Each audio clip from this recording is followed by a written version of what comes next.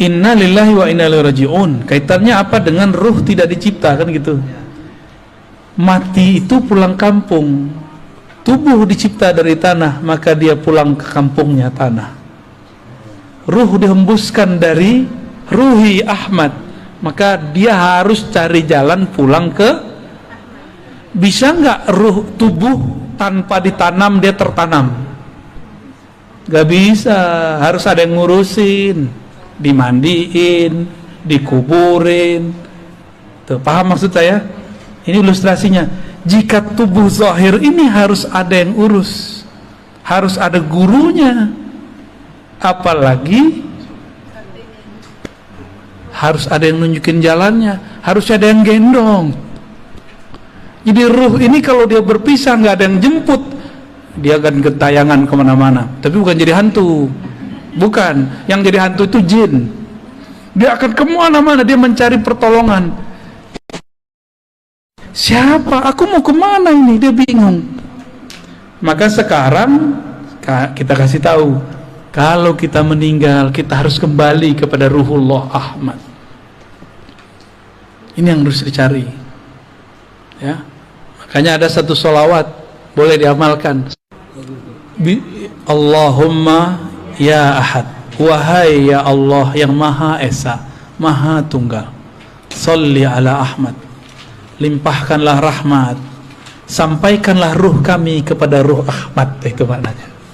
Pulangkanlah ruh kami kepada ruh Ahmad. Pulangkan kami kepada ibu kami, induk kami. Kalau kita masih punya ibu, pengen pulang kampung nggak kalau ibunya di kampung? Ibunya di sini, berarti pulangnya di sini, ya kan? Coba misah sehari aja, nggak mau kan? Nggak mau tuh, pelukan langsung.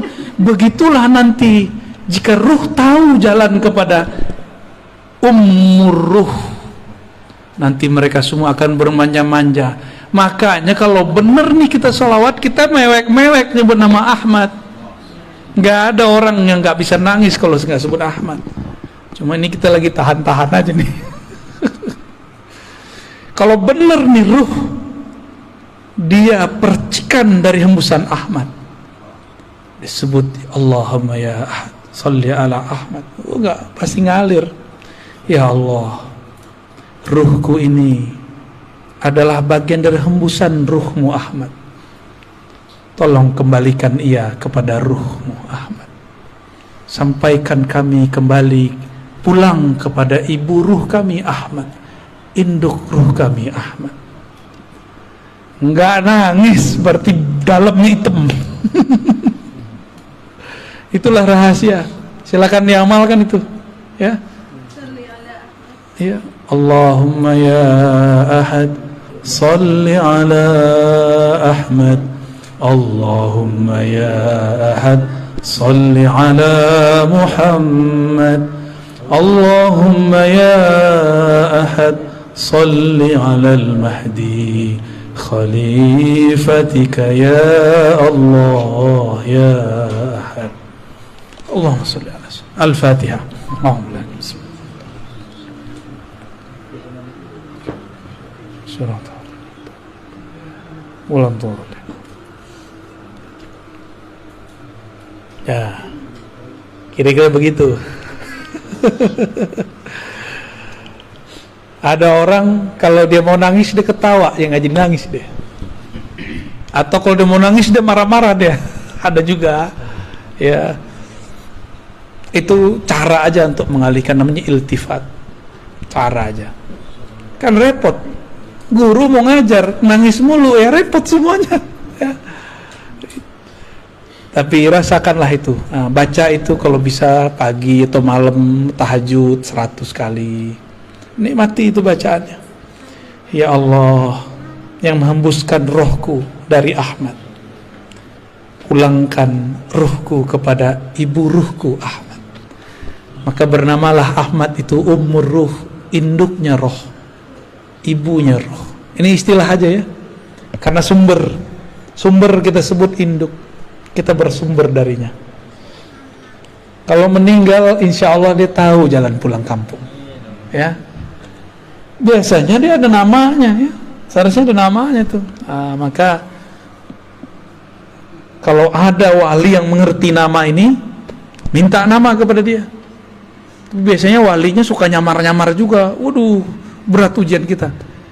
Karena Dajjal itu suka memalsukan dirinya menjadi orang baik. Maka yang mengerti nama ini pasti dia memalsukan dirinya seakan seperti orang yang tamak dunia, jahat, kayak nggak sholat, kayak gitu. Orang yang paling durhaka sedunia. Ya, itu namanya malamatiyah. Itu berat ujiannya. Nah, ujian bagi kita kalau emang punya ruh, coba tanya ke dalam ruh. Jangan hanya pakai akal. Kalau akal kita bilang, masa sih? Akal kan gitu ngomongnya. Kalau ruh dia nggak ngomong begitu. Ya, dulu orang Arab bingung, Muhammad ngaji di mana?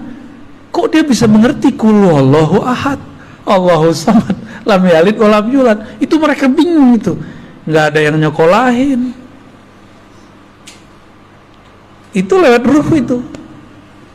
Maka mereka ngomong, ini bukan dari ahli kitab, bukan dari ayahnya udah meninggal duluan, bukan dari ibunya meninggal ketika kecil, bukan juga dari kakeknya sibuk ngurusin orang. Terus dari mana? Disitulah kemudian Abu Bakar sadar, oh kalau Muhammad pasti Allah di belakangnya gitu ya. Maka bernamalah beliau Siddiq ya. Kisah Mi'raj itu salah satu dari kisah yang beliau jadi disebut Siddiq gitu. Gitu. Aman. Ntar amalin ya sholawat ahadiyah ya. Itu sudah biji-biji sholawat, udah pangkal-pangkalnya sholawat. Karena sholawat itu banyak, ada Al-Fatih, ada sholawat Nurizat, ada sholawat Tibul Qulub. Ini masing-masing punya fungsi, punya rahasia-rahasia. Ini sholawat ma'rifat ya. Dan itu gak dibuat-buat, emang dikasihnya begitu. Siapa yang ngasih? Ya itu tuh Ahmad Ruhullah yang ngasih gitu. Nah, gimana cara koneksinya ya? Kita kan punya ruh, seharusnya kita bisa juga dong koneksi sama dia. Kenapa kita nggak bisa berinteraksi, terhubung kepada ruh Ahmad?